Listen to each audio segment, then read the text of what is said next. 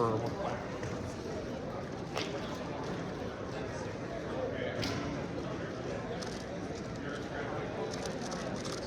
You're going to be doing it over here so you can kind of spread out around here.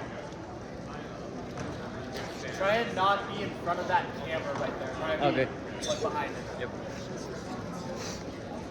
You guys can also sort of come like around more too. Hey Sam, you want to be my competitor? Yeah, competitor for you? Okay. Yes. Okay guys, so welcome to your first WCA competition. You picked a really exciting one, our first ever CubingUSA Rocky Mountain Championships.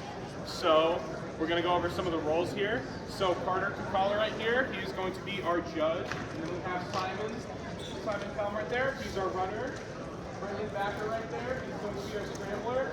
And this is Samuel Baird, he is going to be our competitor. So the first thing that we're going to do is we're going to call 3x3 Group 0. No one is in 3x3 Group 0 except for Sam. So Sam is going to take his 3x3, make sure that it is solved, and he will submit it over there in the cover and not drop it. He will put his cube over there in the cover that has his name on it. So if your name is John Doe, you will look over there. If it says that you are on the yellow stage, you will go on where those white scorecards are. There should be one that says John Doe. You will put your cube in there, and then you will head back into these loading chairs that we have. That's our competitor waiting area. You will notice that they are facing away from that table because that is the scrambling table. We want to make sure that we maintain scramble secrecy. So at any time that you are competing, you are not permitted to go in that area to maintain scramble secrecy. So now that Sam has submitted his cube, he's waiting in the competitor waiting area. Simon grabbed his cube from the cube drop-off table and then brought it to the scrambling table. And now it is Brendan's job to apply a scramble that has been generated by T-Noodle, our scramble generating software. So he is applying a random state scramble. And once he's done with that, he is going to place the cube back onto the table, but face up. So when the cubes are solved for our runners, when the cubes are solved, that means that they'll be on their side. When they're scrambled and ready to run, they'll be facing upwards. So now Simon is going to look and see what is on the scorecard. He's going to call Samuel Baird's name, and he's going to bring it over here to the station. And now Sam is going to take a seat. And once Sam is ready to start, he's going to give a verbal signal to the judge. He's not going to nod his head. He's going to say something like, yes, I'm ready, or ready. I'm ready. Now he has 15 seconds to inspect the cube. Carter will alert him at 8 seconds and 12 seconds. 8 seconds. 12 seconds.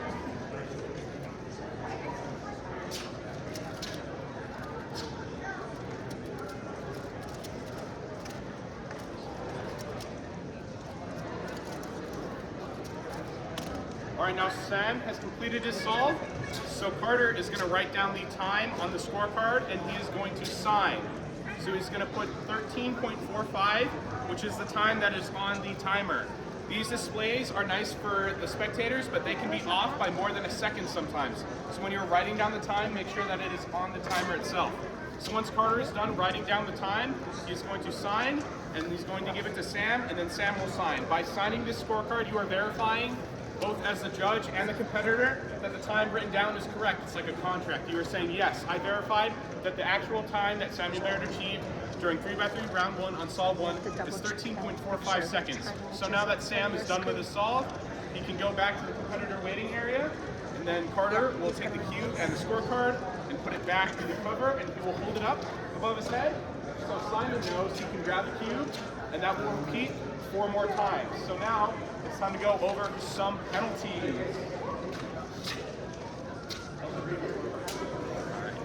So there are a couple different penalties that you can get before, during, and after the solve. So one form of penalty that you can get is a misalignment penalty. So we're going to play my favorite game, +2 or DNF. So Sam, is that a +2 or a DNF? It depends. If it is really, really close, you should call over a delegate. If it is sitting on the table and you don't know what it is, you as a competitor don't touch it, you as a judge do not touch it. Leave it exactly how it is until a delegate can come over for the ruling, because if you touch it, then it's automatically a +2 seconds penalty, and we don't want that. We want everyone to get the most awesome times that they can. So, now, what if a layer is off by 1 full quarter turn? That is a +2. What if it's a double turn? +2. It is still a +2. This is because the WCA uses outer block turn metric. So even if it's 2 moves, that's still only a +2. Now, what if you use Rue and you're off by a slice move? +2 or DNF? DNF. DNF, that is correct. The slice does not count as a move. So now let's go over timer starts and stops. This is very important because without proper timer starts and stops, you can get really unfortunate penalties that can wipe away your PRs. It's happened a lot in Utah, and we don't want it to happen here either. So, this is not a proper way to start the timer. He's not using his hands, he's using his wrists. That is an improper timer start. You're also not allowed to be karate chopping on the start or stop or touching the puzzle. This is not allowed. Each one of those that you do incorrectly is a +2 seconds penalty. Now Sam, how do we properly start the timer? So you'll have your hands down and your fingertips will be on the pads. So it'll look just like this. Exactly. So when you stop the timer, what is it supposed to look like? The exact same thing. So when you start and stop the timer, you should have your palms down, no karate chops, and you should not be touching the cube. So no ending with your wrist, no letting go and karate chopping, nothing crazy like that. No like ending with the cube in your hand. Can it be on the timer? If it ends on the timer, that happens. You just can't have the cube start on the timer. The cube has to start somewhere on the mat. Yeah. Or if you let go of your cube and it flies off, that's fine. That's fine. As long as after that cube flies off, it doesn't make a turn. If it lands just solved, then there's no penalty. So now let's say Sam does a solve, but he gets a +2 seconds penalty. Now, how do we write that?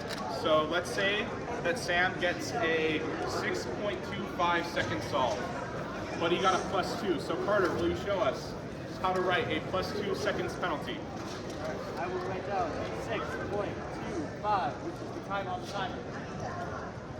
I just said that. Then I will write the penalty +2. Then you have to write down the final time.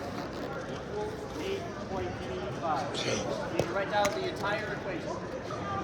So you see he has the original time, the penalty applied, which happens to be +2 seconds, and then the final time. You need to write all of these down.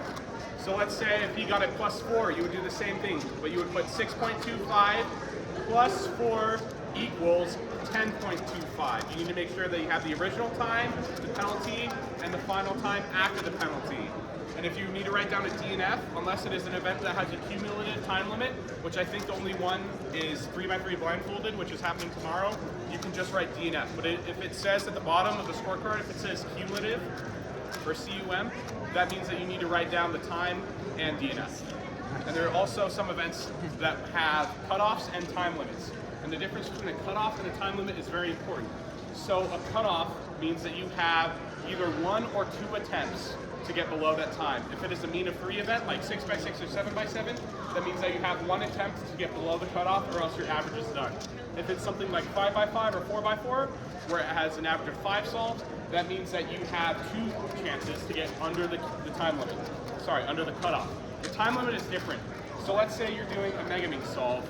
I'm not sure what the actual Megaminx cutoff is, but let's say it's 3 minutes. 140. So once you go over the time limit, that means that your solve is automatically DNF'd. So once you go over the time limit, if you're the judge and you notice that someone goes over the time limit, tell them to stop their solve so we can use that station again. They just have to go back to the waiting area, solve their cube, and then resubmit their cube.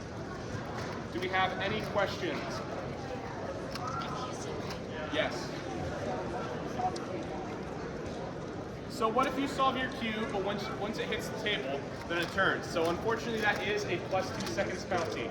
However, the cube, whatever the cube's final resting spot is, that is going to be considered the final resting spot of that cube. So if you solve it, you drop it, but then it has a +2, unfortunately, it is still a +2 seconds penalty. Same thing applies to DNFs.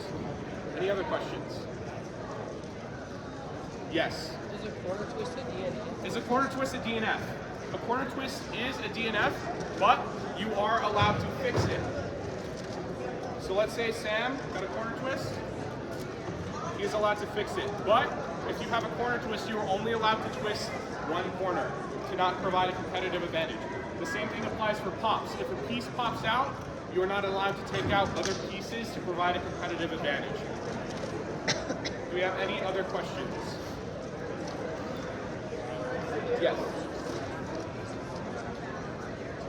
Yes, so between every solve, you will head back to the competitor waiting area to wait. We ask that you stay there and not go back to your table, because if we're trying to find you and you're not over there, that makes our job really hard and you might get disqualified. We also ask that you stay as far away from the scrambling table as possible so we can maintain scramble secrecy. Do we have any other questions from the audience? All right, guys, so we'll be starting 2 by 2 pretty shortly, so if you guys want to go get ready for that, make sure that you have your lanyards. It'll tell you when you're supposed to staff and when you're supposed to compete.